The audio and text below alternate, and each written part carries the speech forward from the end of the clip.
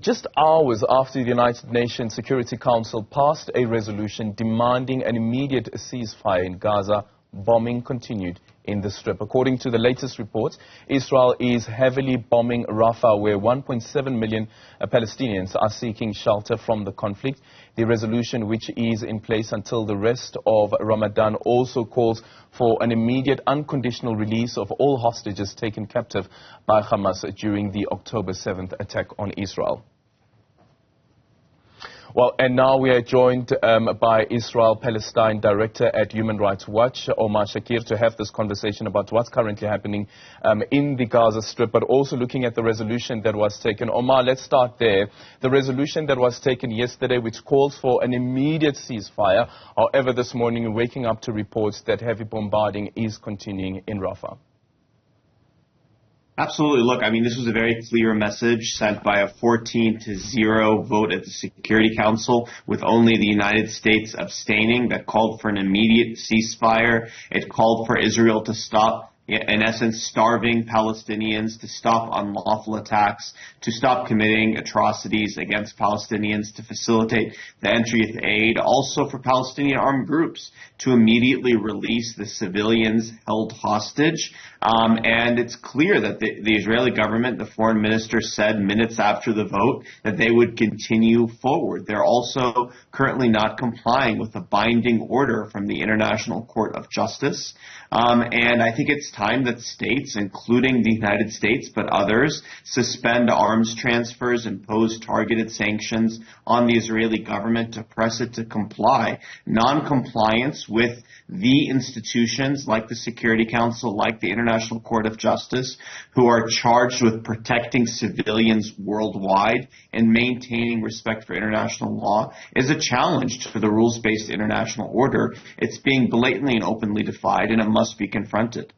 Well, here's the thing about that, though, is that after this resolution was handed down, the United States came out to say that they don't believe that the resolution is binding according to their interpretation of international law.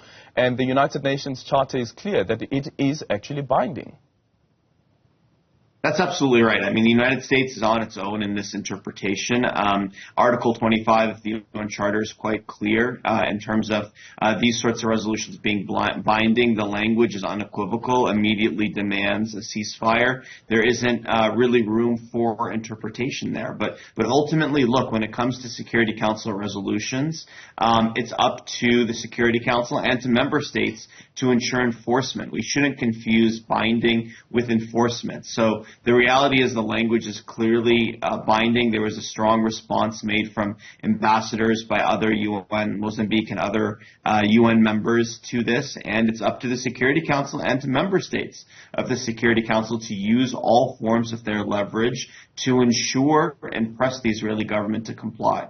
Yeah, well, considering right now, as it stands at this particular moment, there is no decision that has been taken by Israel to actually ensure that they follow through on this binding decision that has been taken by the United Nations Security Council. On the other end as well, Antonio Guterres, the Secretary General of the United Nations, saying that the resolution must be implemented. Failure would be unforgivable. So what happens next for the United Nations Security Council, considering once again that you still have the United States there, which is an ally of Israel, and before they've also vetoed certain decisions, resolutions that had been proposed before the United Nations Security Council, which this time around also has clearly upset Benjamin Netanyahu, the Prime Minister of Israel? Look, I mean, the United States the UN Security Council always remains engaged with its resolutions. It's obviously remained closely following developments in Gaza and in Palestine. I think it's up to the Security Council to ensure that this resolution, as well as the two prior ones that it passed that have thus far been largely ignored, are enforced. So I think the Security Council needs to remain seized of the matter and to continue to take this up. If it wants to give it a day or two to see the lack of enforcement, but the Israeli government has said it's not going to do so. So I think the Security Council should remain seized of the matter and take the action that non-compliance warrants. But at the same time, we shouldn't be under any illusions. Ultimately, it's up to the states themselves in their bilateral relations to use all forms of their relationships, whether it be trade, whether it be sanctions, whether it be criminal accountability, whether it be arms, to use all forms of their leverage with the Israeli government to ensure compliance. That's ultimately, when it comes to international law, we have mechanisms. They're limited for which bodies like the UN can take action, but ultimately enforcement is often up to states themselves. I think South Africa has set a good model for the ways in which you can take action going to the ICJ, but I think it's incumbent on states to use every bit of leverage they have, because ultimately this isn't just about protecting the lives of millions of Palestinians. And let's be clear, their lives hang in the balance. It's about protecting the very institutions and the very laws that are responsible for protecting civilians across the world. The very system of international law that grew out of the ashes of World War II is being destroyed quite literally in Gaza, and we need states to stand up and defend that rules-based international order.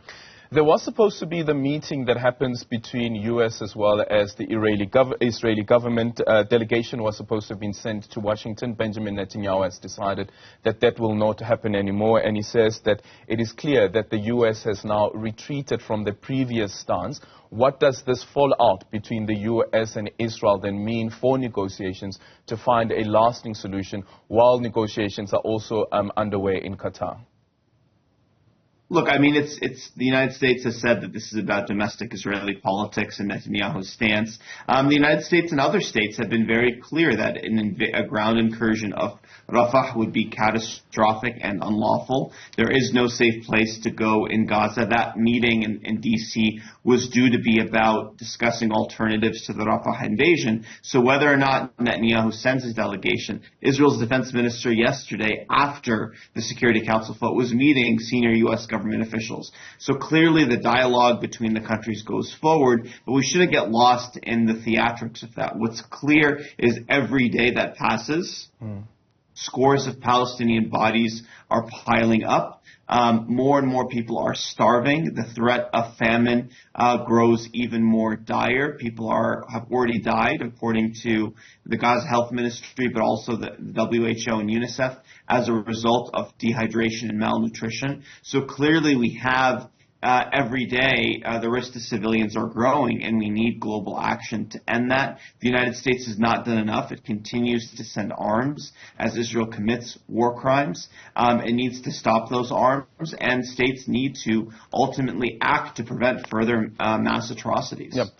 Do you get the sense at all, as Human Rights Watch, that there is a level of commitment from Hamas as well? Because remember that this immediate ceasefire is an immediate ceasefire between Israel as well as Hamas. Hamas has already said that they welcome the decision, but would they be implementing the decision? Look, I mean, Hamas also has obligations that stem out of this binding resolution. The resolution is very clear that Hamas and other Palestinian armed groups need to immediately and unconditionally release all civilians held hostage. That is a war crime to hold civilians hostage. And they should do that not as a matter of ceasefire or not. Same with Israel allowing in humanitarian aid or stopping unlawful attacks. These are basic legal duties of parties that must be implemented right away, whether or not there is an agreement for a ceasefire or not. So Hamas needs to comply with this resolution. It's been holding for nearly 6 months, scores of civilians hostage, and that's unlawful, and they must be released. Yep. And finally, also, this decision and the resolution, of course, comes during the month of Ramadan, and we are told that it is for the month of Ramadan. There are only 2 weeks left of the holy month of Ramadan. And the Russian ambassador, Vasily, saying that what they would have loved to have seen is actually a resolution that calls for the permanent ceasefire. Right. And I mean, the resolution is very clear that this Ramadan ceasefire should be a building block, a stepping stone to a longer-term lasting ceasefire. Ultimately, obviously, these are negotiations on the language, but it's quite clear that there is a global consensus about the need for there to be a ceasefire. And the reason why this consensus exists is because there have been every day more and more airstrikes, the starvation of Palestinians, has more consequences. It raises more risks every single day. So there is clearly a global call for this. Israel is the one that's withdrawing and isolated from the international community. But these words are only going to matter if they're followed up by action, and that's what needs to happen at this point. So yes, it is not, calling for an permanent ceasefire, but the language is clear. A Ramadan ceasefire that leads into a lasting, sustained one, and the reason for that call is the need for protection of civilians, and the risks to them grow more dire by the hour, by the day, by the minute, and need to be addressed urgently. Thank you so much for your time. That is the Israel-Palestine Director at Human Rights Watch, Omar Shakir, speaking to us about that resolution that was taken yesterday at the United Nations Security Council, which of course is extraordinary. And Donald Trump, who is a presidential candidate in the U.S., has already also called on Israel to stop.